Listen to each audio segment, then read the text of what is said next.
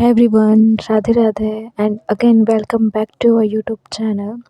सो आज का वीडियो एक सबसे इम्पॉर्टेंट टॉपिक पर होने वाला है जिसके ऊपर बात करना बहुत इम्पॉर्टेंट है। सो एंड ये वीडियो स्पेशली फोकस करती है यूपीएससी बिगनर्स पर कि why most beginners quite UPSC. तो आज मैं इसी टॉपिक पर बात करने वाली हूँ क्योंकि बहुत सारे लोग यूपीएससी स्टार्ट तो कर देते हैं लेकिन थोड़ी टाइम बाद क्विट कर देते हैं। और सच ये है कि बिगनर क्विट इसलिए नहीं करते हैं क्योंकि वो वीक होते हैं, बल्कि इसलिए क्योंकि वो ये मिस्टेक्स करते हैं जो मैं आगे आपकी वीडियोस में बताने वाली हूँ। तो ज़्यादा टाइम वेस्ट नहीं करूँगी, मैं डायरेक्ट पॉइंट पे आती हूँ। सबसे बड़ी मिस्टेक ये है कि उनके पास कोई क्लियर डायरेक्शन नहीं होता।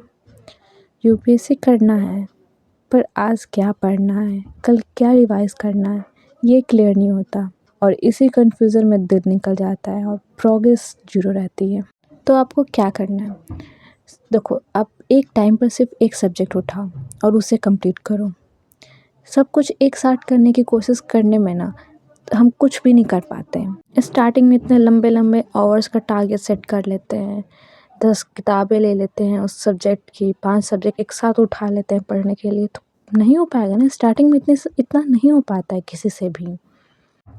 1 दिन पढ़ेगा कोई, 2 दिन पढ़ेगा, 3 दिन, चलो मान लो 1 वीक तक वो चीज़ें, वो जो आप बनाते हैं प्लान, वो फॉलो कर लेते हैं, फिर उसके बाद नहीं हो पाता और फिर उनको एक ही रास्ता दिखता है क्विट करने का और ईज़िली क्विट भी कर देते हैं। तो हमें ये गलती नहीं करनी है, ठीक है। हमें सिर्फ एक टाइम पर सिर्फ एक सब्जेक्ट उठाना है। और सेकंड मिस्टेक है कि अनरियलिस्टिक एक्सपेक्टेशन। बिगनर सोचते हैं कि रोज़ 8-10 घंटे पढ़ेंगे और पढ़ने की वजह से उनको डेली मोटिवेशन आएगा, और जब ऐसा नहीं होता है तो लगता है कि मैं यूपीएससी के लायक ही नहीं हूँ, तो यूपीएससी को क्विट कर देते हैं। तो देखो, यूपीएससी मोटिवेशन से नहीं चल रहा, ठीक है, रूटीन से क्रैक होता है।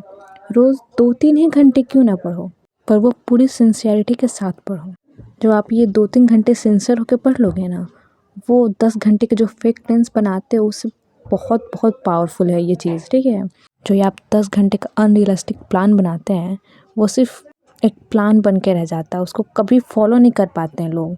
तो ऐसा फेक प्लान बनाना ही क्यों जिसको हम लोग फॉलो ही नहीं कर सकते। और तीसरी मिस्टेक है कंपैरिजन।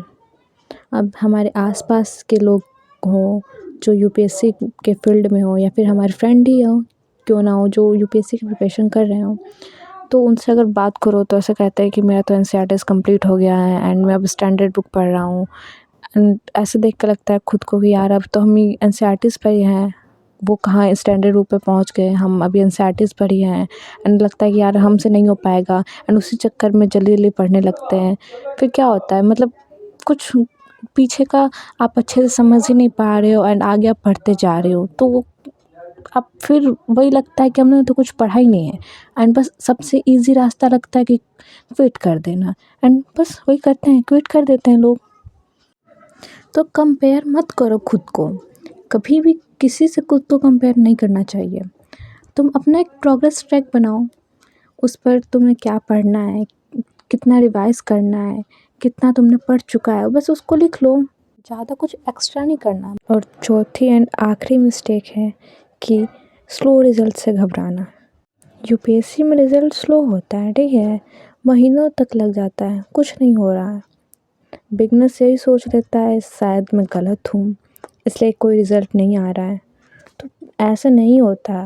देखो, यूपीएससी एक लॉन्ग टर्म गेम है, ठीक है। एक यहाँ जो पेशेंस होता है ना, वही सबसे बड़ी स्ट्रैटेजी होती है वहाँ पर। जो जितना पेशेंटली चीज़ों को पढ़ता है, समझता है, वो ही आगे बढ़ता है, ठीक है।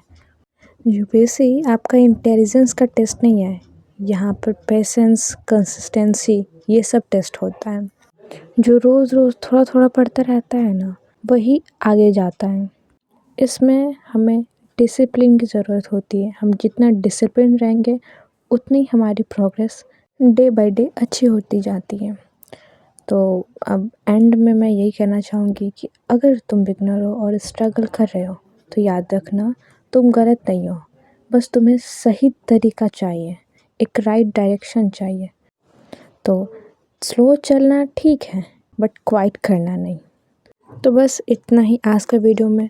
फिर मिलते एक नए स्टडी ब्लॉग के साथ। तब तक के लिए keep studying, keep living. Radhe Radhe, bye bye.